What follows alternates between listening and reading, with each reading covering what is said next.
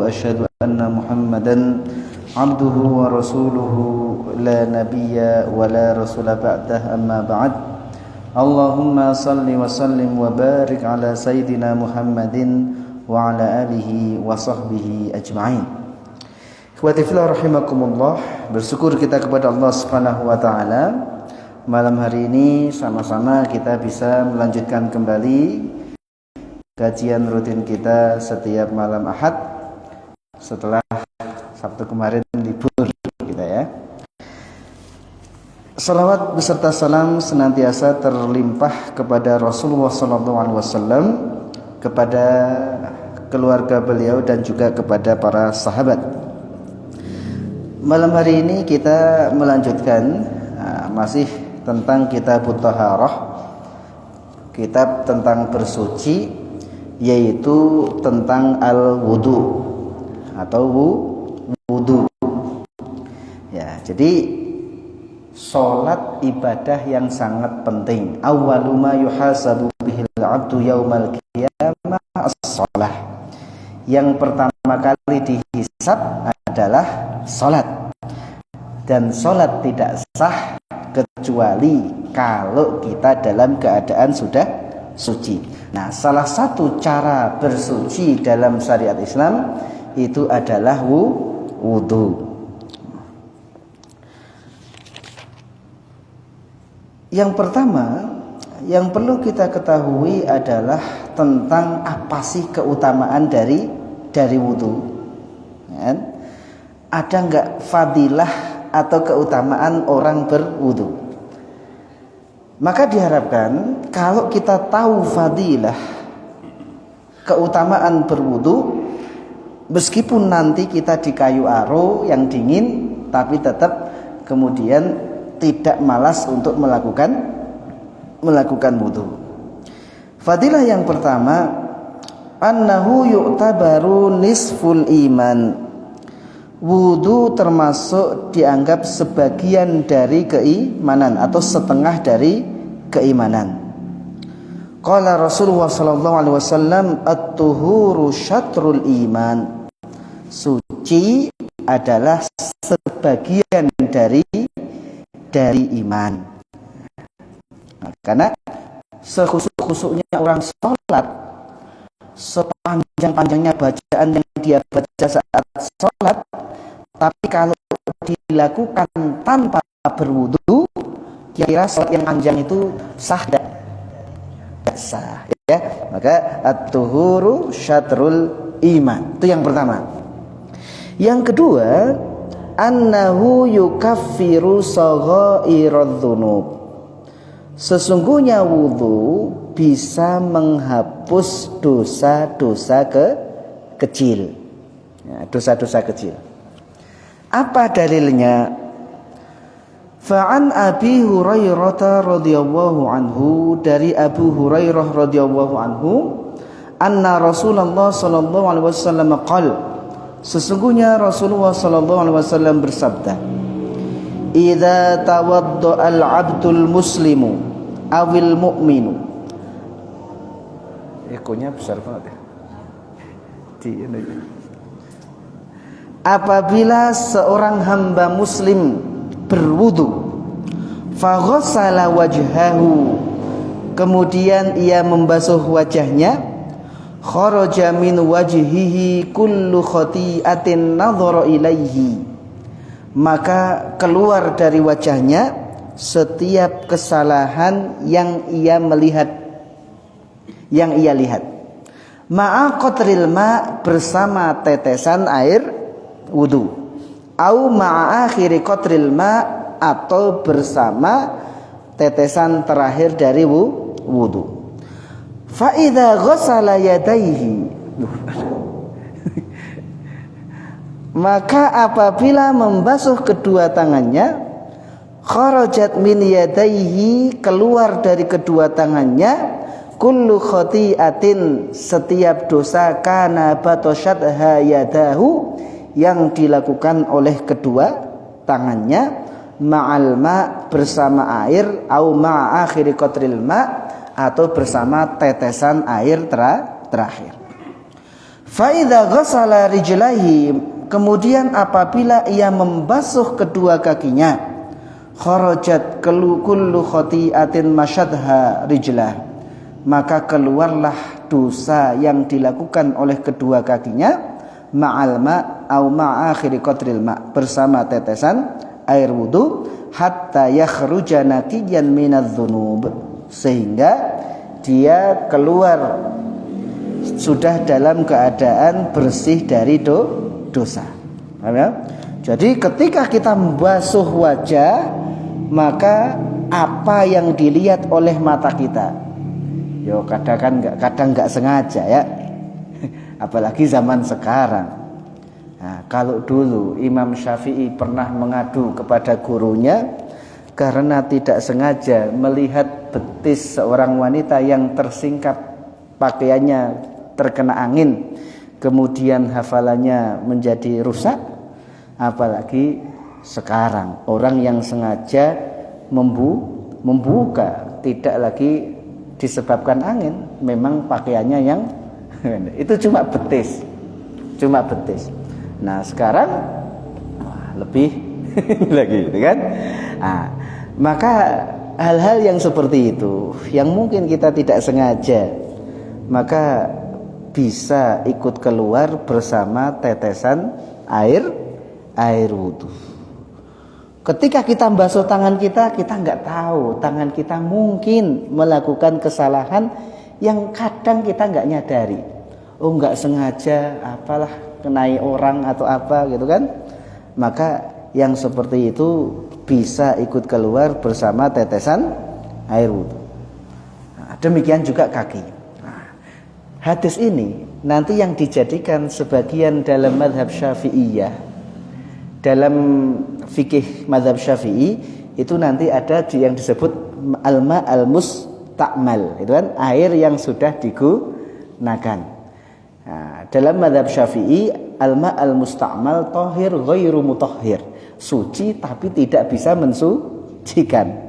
Argumennya salah satunya ini, bahwa air yang sudah digunakan maka dia sudah membawa dosa, sehingga kalau sudah membawa dosa tidak bisa digunakan lagi untuk bersuci. Ini dalam mazhab Syafi'i ya, dan itu masyhur.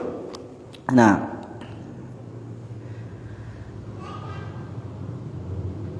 dalam hadis yang lain, hadis Utsman, man tawadda'a hakadha ghufira lahu ma taqaddama min dhanbihi. Barang siapa berwudu seperti ini, nah, di situ Utsman mencontohkan wudu ya, dari awal sampai akhir. Kemudian Utsman mengatakan, siapa yang berwudu seperti ini, ghufira lahu ma taqaddama min dhanbihi, diampuni dosa-dosanya yang telah lalu. Ya. Nah, jadi ini dua dalil cukup menjadi penjelasan bahwa di antara fadilah keutamaan berwudu bisa menghapus dosa-dosa kecil. Kalau dosa besar ya enggak cukup dengan wudu. Dosa besar ya harus taubat secara serius, gitu ya. Jangan kemudian dosa besar tapi nanti bisa dihapus dengan wudu, bisa dihapus dengan istighfar tok, enggak. Dosa besar harus benar-benar taubat. Kan? Orang syirik besar enggak cukup dengan wudu, gitu kan?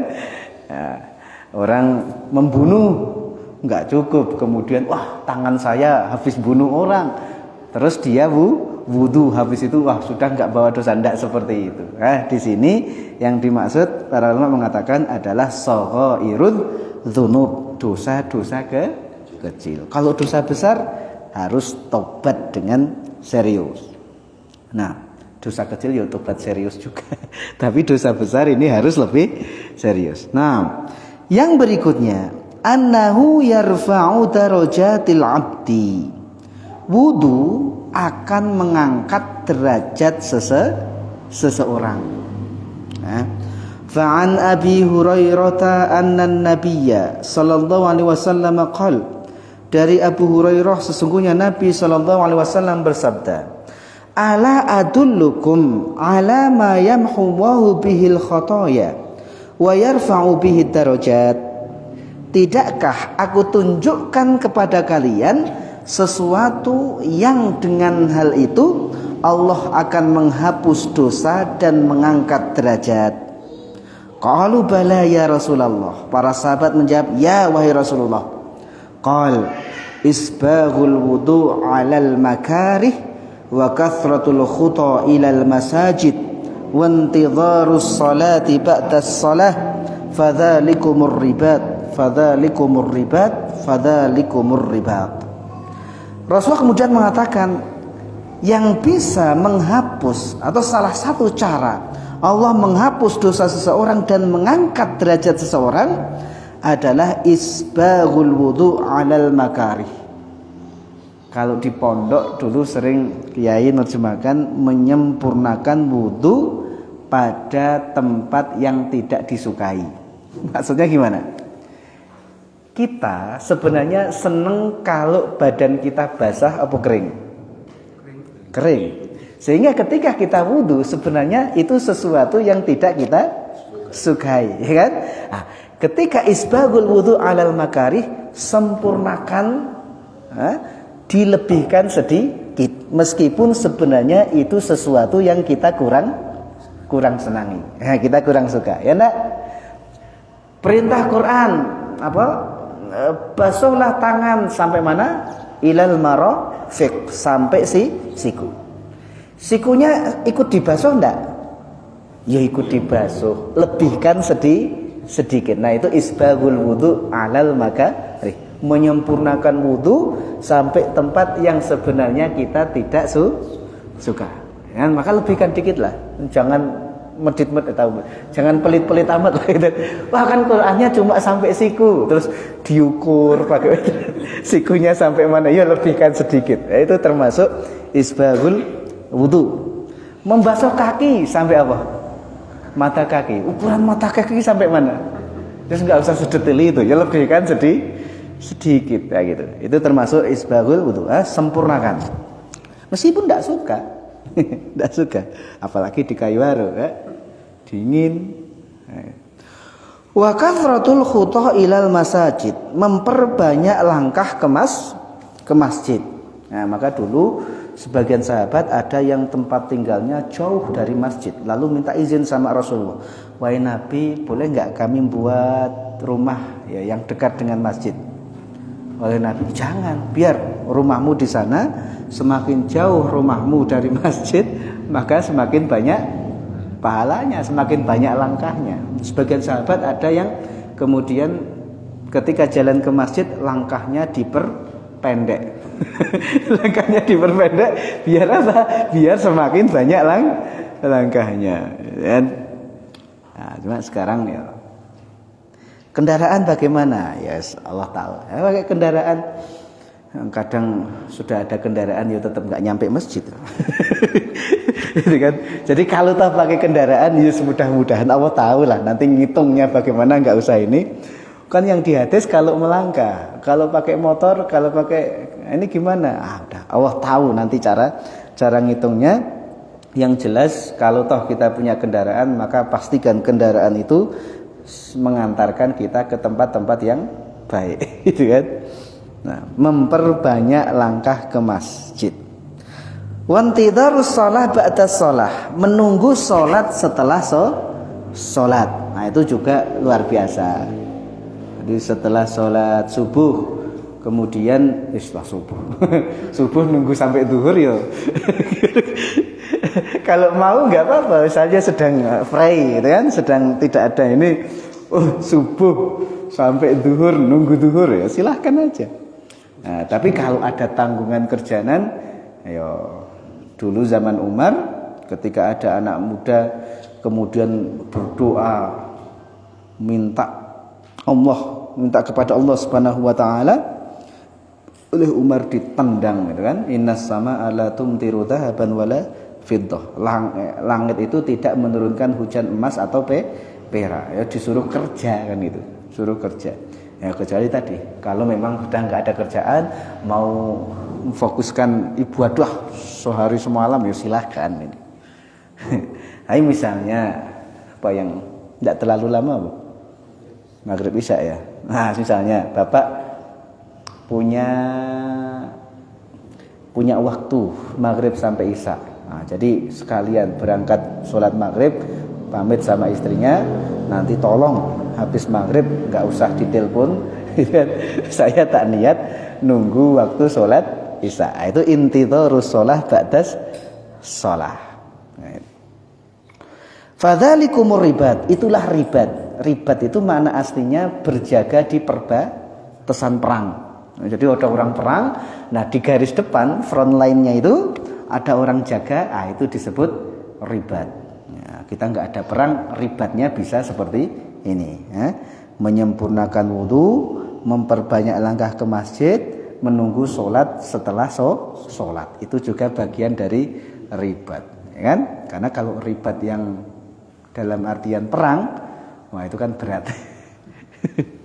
Nah, yang keempat ya. Annahu sabilun ilal jannah, bahwa berwudu termasuk jalan seseorang ke surga. Apa dalilnya? Dalilnya hadis Bilal. An Abi Hurairah, dari Abu Hurairah, annan Nabiyya sallallahu alaihi wasallam qala, sesungguhnya Nabi sallallahu alaihi wasallam bersabda li Bilal, kepada Bilal. Bilal ibn Rabah. Bilal ini mantan budak, orang kulit hitam, mantan budak. Tapi begitu dibeli oleh Abu Bakar kemudian dimerdekakan, maka Bilal menjadi salah satu tokoh yang luar biasa dalam agama Islam. Ketika Rasulullah Fathu Makkah masuk ke Ka'bah, yang menemani Rasulullah masuk ke Ka'bah siapa? Apakah Abu Bakar? Enggak. Umar? Enggak. Yang menemani Rasulullah SAW masuk ke Ka'bah salah satunya adalah Bilal. Bilal. Itu sesuatu yang pelajaran luar biasa. Bagaimana Nabi ingin mengajarkan kepada kita sebagai umatnya, dalam Islam itu memang inna akramakum indallahi atqakum. Yang paling mulia di sisi kalian adalah ketakwaan, bukan siapa anaknya siapa, bukan siapa jabatannya apa, bukan itu. Nah, Nabi berkata kepada Bilal, ya Bilal, wahai Bilal, hadithni, ceritakan kepadaku, bi arja amalin amil tahu fil Islam. Ceritakan kepadaku amalan yang paling kamu harapkan, yang kamu kerjakan ketika kamu sudah masuk Islam. Amalan yang paling kamu andalkan itu apa? Inni sami'tu duffana 'alaika baina yadayya fil jannah. Sesungguhnya aku mendengar suara kedua sandalmu ada di depanku di surga. Jadi Nabi penasaran, kok mendengar suara sandalnya Bilal? Ya enggak, saya tanya, suara sandal emang apa bedanya? Suara sandalnya Pak Sarju sama Pak No, apa bedanya? Pada serak gitu kan. Cuma ini Rasulullah, ya kok mendengar suara sandalnya Bilal sudah di surga. Kalau sandalnya sudah di surga, kira-kira apa mungkin orangnya enggak katut ke surga? Orangnya yo pasti masuk surga, wong sandalnya jadi surga. Masuk yang masuk surga cuma sandalnya, atau orangnya ketinggalan enggak? Kalau orangnya ke surga sandalnya ketinggalan mungkin. Tapi ini sandalnya sudah di surga. Maka ditanya, Bilal, yang kamu lakukan, amalan yang menjadi andalan kamu, kok aku mendengar suara sandalmu itu di surga, itu apa? Berarti itu kan kabar gembira Nabi kepada Bilal. Berarti secara tidak langsung Nabi ingin mengatakan, Bilal, kamu adalah salah satu calon penghuni surga. Kalau kita di posisi Bilal, ditanya seperti itu, kira-kira besar kepalan. Ya Pak Sarju, kamu kok amalanmu apa toh, kok saya dengar suara sandalmu di surga? Itu kalau bukan sahabat, bisa-bisa dia, waduh saya kan gitu. Saya itu begini gitu kan. Lihat jawaban Bilal apa? Qal ma amiltu amalan arja indi min anni lam atatahhar tahuran fi sa'atin min lailin aw naharin illa sallaitu bidzalika tahur ma kutiba li an usalliya. Tidak ada tidak ada amalan yang aku andalkan, yang paling aku harapkan, ya kecuali saya itu setiap kali bersuci, maka kemudian dengan bersuci, dengan wudu itu, maksudnya setiap kali saya bersuci, saya wudu itu, maka kemudian aku sholat dengan wudu itu. Sehingga nanti para ulama mengatakan ada sholat sunnah 2 rakaat setelah wudu. Nah, jadi Bilal selalu menjaga wudunya baik siang maupun malam. Itu nggak semua orang bisa. Apalagi di kayu air. Pas mau tidur kan disuruh wudu. Sudah wudu sampai kamar ngentut lagi. Kira mau balik wudu lagi itu kan berat ya. Berat. Nah, Bilal maka setiap ini segera bersuci. Setelah bersuci kemudian sholat. Nah, kan sholat 2 rakaat, sholat sunnah. Nah, ternyata itu amalan yang sangat diharapkan oleh Bilal, yang mungkin menjadi salah satu sebab Bilal sandalnya sudah didengar oleh Rasulullah di surga. Dalam hadis yang lain, man tawaddo'a fa ahsanal wudu'a thumma shalla rak'ataini yuqbilu 'alaihima biqalbihi wa wajhihi wajabat lahul jannah. Barang siapa yang berwudu kemudian membaguskan wudunya, menyempurnakan wudunya, lalu sholat 2 rakaat, ya, sholat sunnah. Dia sholat dengan menghadap, dengan hati dan wajahnya, artinya benar-benar khusyuk. Wajabat lahul jannah, wajib baginya surga. Cuma berat juga sih sholat. Kalau dalam riwayat yang lain, la yuhaddits nafsah, tidak berbicara dengan dirinya. Kadang kan kita ngobrol sama diri kita pas sholat. Allahu Akbar. Kita kayak ngobrol kan. Itu haditsun nafs. Kita bercakap-cakap dengan diri kita. Itu mengurangi kekhusyuan, ya kan? Nanti habis sholat apa ya? Nanti sebelum pulang mampir dulu beli ini. Tapi enggak lah, beli itu aja lah. Kadang ngobrol seperti itu ketika itu hati. Nah, itu kalau bisa, misalnya orang wudu terus sholat khusyuk benar, tidak bercakap-cakap seperti itu, wajabat lahul jannah, wajib baginya surga. Tidak mudah. Iya kan? Nah, yes, ada saja. Kita kalau pas sholat itu masya Allah semua permasalahan muncul kan gitu. Yang enggak harus dipikirkan, pikirkan semua. Kadang kehabisan topik. Yang melihat kalau ngitungi apa gitu, mungkin ngitungi Quran tuh ada berapa Qurannya kan gitu. Lah iya, tapi harus tetap sholat ya. Nah, makanya ada orang yang selesai sholat, maka kemudian yang dinilai oleh Allah Subhanahu wa taala mungkin cuma 50%, 40%, 10%, tergantung kekhusyuan kita. Karena sholat kita mungkin banyak kurangnya seperti itu, ya kita tahu diri, maka kemudian memperbanyak sholat sunnah untuk nambal yang kurang, gitu kan? Nah, sudah tahu sholatnya nggak khusyuk amat, males sholat sudah. Terus yang untuk nambal apa gitu? Nah, yang digunakan untuk nambal apa? Semen, enggak habis. Nah, yang berikutnya, annahu alamatun tumayyizu hadhil ummah inda wurudil haud. Wudu akan menjadi tanda yang membedakan umat ini ketika mendatangi haud. haud itu telaga. Jadi masing-masing nabi nanti di hari kiamat itu punya telaga. Mempersilahkan umatnya untuk datang ke telaga itu dan minum dari telaganya itu. Barang siapa yang minum dari telaga itu, maka dia tidak akan lagi merasa kehausan selamanya.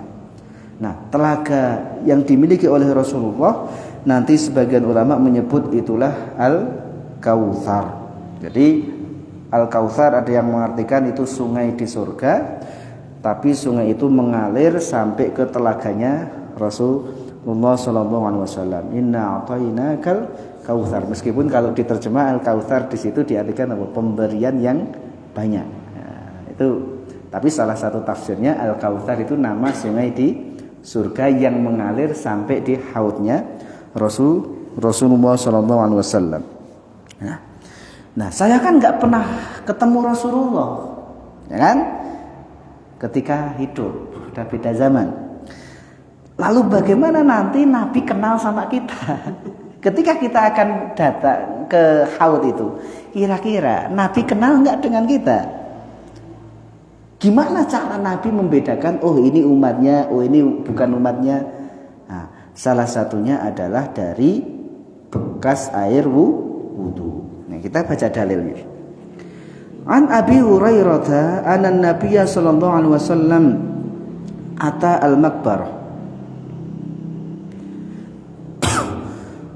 Nabi sallallahu alaihi wasallam mendatangi kuburan.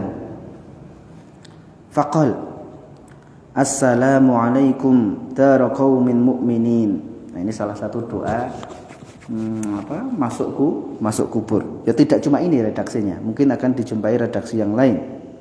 Karena Nabi itu ya sering ziarah kubur. Jadi ziarah kubur hukumnya sunnah, tapi harus diperhatikan adab-adab ziarah kubur. Dan terkadang Nabi ziarah kuburnya itu malam hari. Maka sesekali ya kan, pernah Nabi itu dicari oleh Aisyah. Nabi kok nggak ada? Ya namanya wanita. Jangan-jangan Nabi pergi ke rumah istri yang lain. Dibuntuti, ternyata Nabi ke kuburan Baqi'. Nah itu.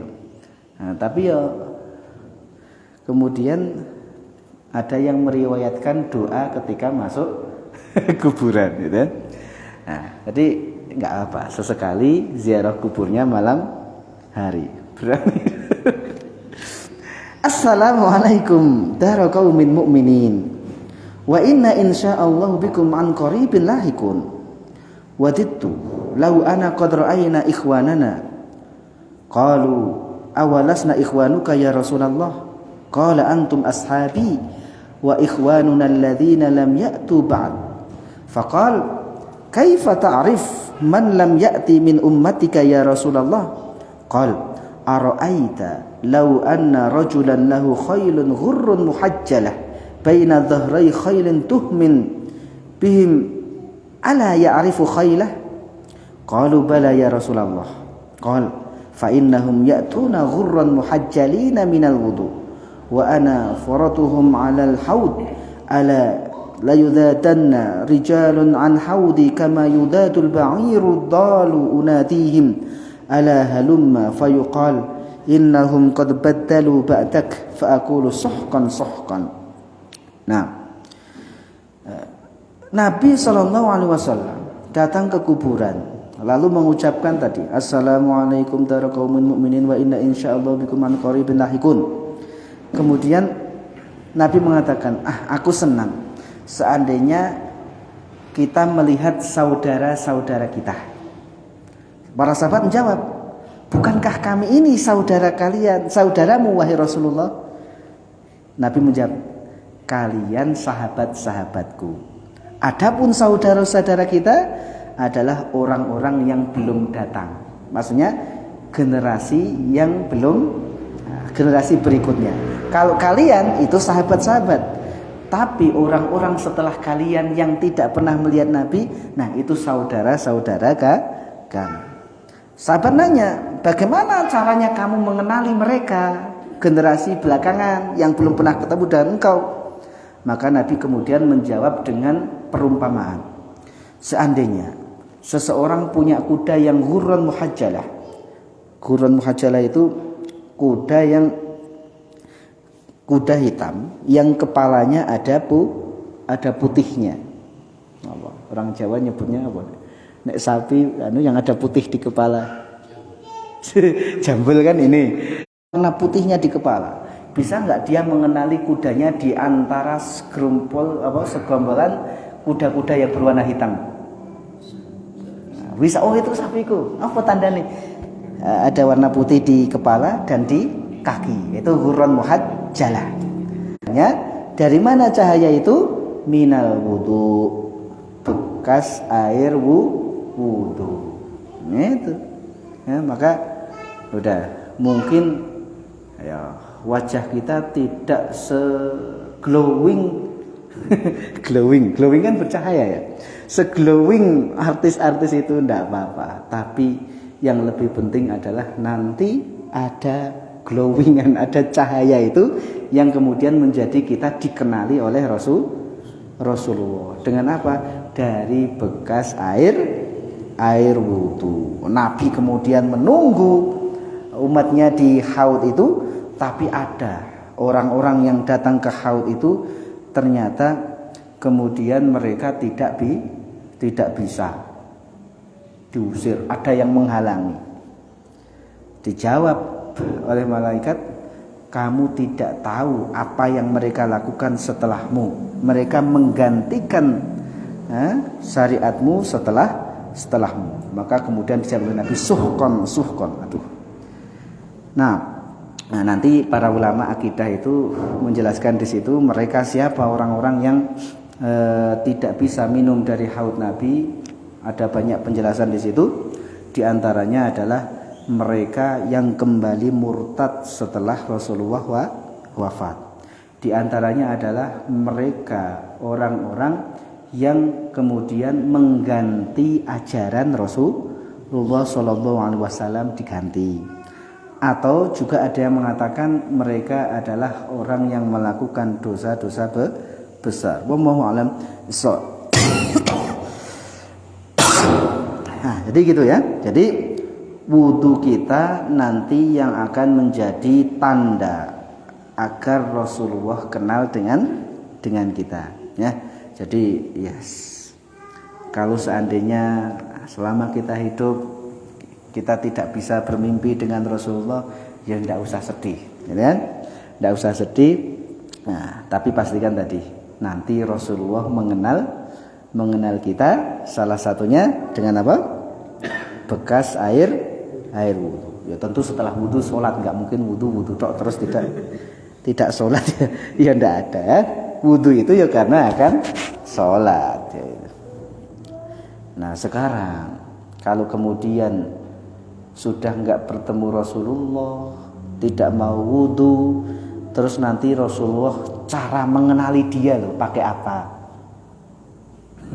Ayo, cara Rasulullah mengenal bahwa kamu adalah umatnya Rasulullah itu apa tandanya? Gitu. Nah, maka wudulah, sholatlah. Nah, yang berikutnya, annahu nurun lil abdi yaumal qiyamah. Wudu akan menjadi cahaya bagi seorang hamba di hari kiamat. Fa'an Abi Hurairah radhiyallahu anhu qala sami'tu Khalili sallallahu alaihi wasallam yaqul tablughul hilyatu minal mu'minina haitsu yablughul wudu. Cahaya di hilyah itu cahaya di hari kiamat. Nah, Allah berikan cahaya kepada masing-masing orang itu. Cahayanya itu cahaya bagi seorang mukmin itu sampai sejauh mana bekas air wudunya. Nah, itu yang akan kemudian bercahaya. Nah, fadilah yang terakhir, annahu halun li'uqdati syaitan. Wudu akan melepas uqdah, ikatan syaitan. Fa'an Abi Hurairah, dari Abu Hurairah, anna Rasulullah sallallahu alaihi wasallam qala, sesungguhnya Rasulullah sallallahu alaihi wasallam bersabda, yaqitu syaitanu ala qafiyati ra'si ahadikum, setan akan mengikat di tengkuk kepala kalian, ini tengkuk ya, qafiyah, di tengkuk kepala kalian, idza huwa nam, kalau dia tidur, thalatha uqad, dengan 3 ikatan. Akidah itu kan akdun itu mana aslinya ikatan. Orang ahli sihir itu kadang metode sihirnya dengan buhul-buhul, dengan ikatan. Nah, setiap hari setan memantrai kita, memantrai kita, diikat di tengkuk kita sebanyak 3 ikatan. Yadribu kulla 'uqdah alaika lailun tawilun farqud. Setiap diikat itu tengkuk kita, maka dimantrai oleh setan, malam masih panjang, tidur.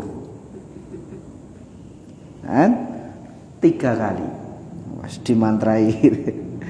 Fa in istaiqadha, ketika kemudian dia bangun, fadzakarallah, kemudian zikrullah, baca doa bangun tidur lah. Apa yang alhamdulillah illadzi ahyana. Loh, makanya enggak lepas-lepas. Bangun tidur, alhamdulillah illadzi ahyana ba'dama amatana wa ilaihin nusyur. Kan? Apabila dia bangun, kemudian zikrullah, termasuk doa, in hallat 'uqdatun, maka terlepaslah 1 ikatan. Fa in tawaddoa in hallat 'uqdatun, kalau kemudian dia berwudu, terlepas ikatan yang kedua. Wa in shalla in hallat 'uqdatun, kalau kemudian dia sholat, maka terlepaslah ikatan yang ketiga. Fa asbaha nasyitan thayyiban nafsi, maka kemudian kalau 3 ikatan itu sudah lepas, hari itu jadi semangat, moodnya baik, mau ngapa-ngapain semangat, rajin, enak. Tapi kalau enggak, wa illa asbaha khabithan nafsi kaslan, hari itu dia moodnya enggak baik, terus jadi malas. Ya, jangan-jangan itu, saya kok malas ya hari ini. Jangan-jangan ada ikatan setan itu yang belum terlepas, sehingga mau ngapa-ngapain kok males saja gitu. Nah, itu ya. Nah, itu diantara fadhailul wudu, fadilah wudu yang disebutkan dalam beberapa hadis.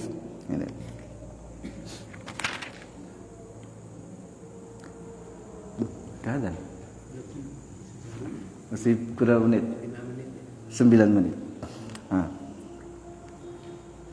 Sampai di sini ada yang ditanyakan sebelum kita ke bab berikutnya?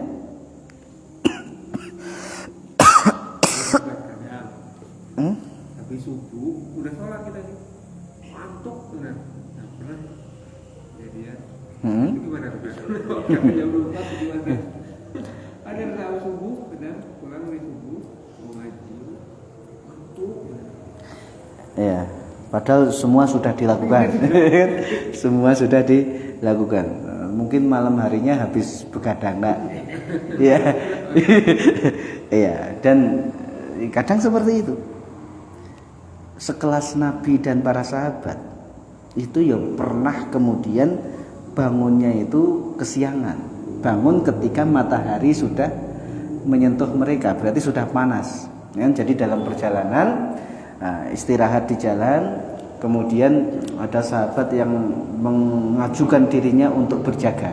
Saya yang jaga wahai Nabi, kalau nggak salah Bilal, kalau nggak salah. Karena sudah ada yang mengajukan diri untuk berjaga, sahabat yang lain termasuk Nabi tidur. Qadarullah, subuh tidak ada yang bangun. Jadi yang mengajukan diri untuk jaga malam pun ikut ketiduran. Bangun-bangun, Nabi bangun duluan, itu matahari sudah tinggi, sudah tinggi, maka dibangunkan oleh Nabi, "Qum ya nawam," dan bangun tukang tidur. Katanya mau jaga. Gitu. Tapi apapun yang Allah takdirkan untuk Nabi kita, itu akan menjadi syariat untuk kita. Karena tahulah umatnya nanti ya terkadang akan mengalami yang seperti itu. Nah, cuma asal jangan tiap hari lah. Kalau tiap hari, Pak, sengaja tiap hari bangunnya matahari sudah tinggi, ya itu mah kayaknya sudah direncanakan. Tapi sesekali mungkin enggak? Sangat mungkin kalau itu terjadi pada Nabi, apalagi kita, ya kan? Nah, maka kemudian Nabi sholat subuh ketika matahari sudah tinggi, itu jadi syariat kan gitu. Kita maka kapanpun kita bangun, meskipun sudah kelewatan karena ketiduran, ya tetap sholat. Cuma ya tadi yang seperti itu kira-kira terjadi dalam hidup Nabi berapa kali? Ya mungkin sekali itu begitu. Kalau nggak terjadi sama sekali, kita kan sekarang repot, ya kan? Nah, yang penting jangan tiap hari. Nah, seandainya kemudian ya karena satu hal, ya, kita kurang tidur, subuh sudah bangun, sudah melakukan itu semua, habis subuh ya tidak kuat juga, ya gimana? Nah, tidak mengapa lah. Meskipun ada yang mengatakan tidur setelah subuh makruh, ya, makruh. Tapi ya gimana lagi? Nah, tapi kan tidak setiap hari. Makanya sebenarnya kalau Nabi itu tidak suka ngobrol habis isya, kecuali kalau keadaan darurat menyangkut negara, kayak gitu. Nah, itu. Nah. Menahan angin atau air kencing ketika sudah wudu. Sudah wudu pas mau sholat. Nah, sudah wudu, mau sholat, terasa. Bisa ditahan. Ya kalau Nabi sih perintahnya jangan menahan kencing dan kentut, ya kan? Ya keluarkan saja. Habis itu kemudian wudu sholat. Tapi yang sering dilema itu menjelang salam gitu. Lah ya kan? Kalau awal-awal gini oke lah gitu kan kita. Kalau kurang 1 rakaat, wah itu kan akhirnya dilema. Sebenarnya ya enggak usah dilema. Kalau memang ini mengganggu kekhusyuan, ya udah keluar saja. Kencing ya kencing, nanti tinggal berapa yang kita ketinggalan ditambahi. Insya Allah sudah dapat pahala jamaah.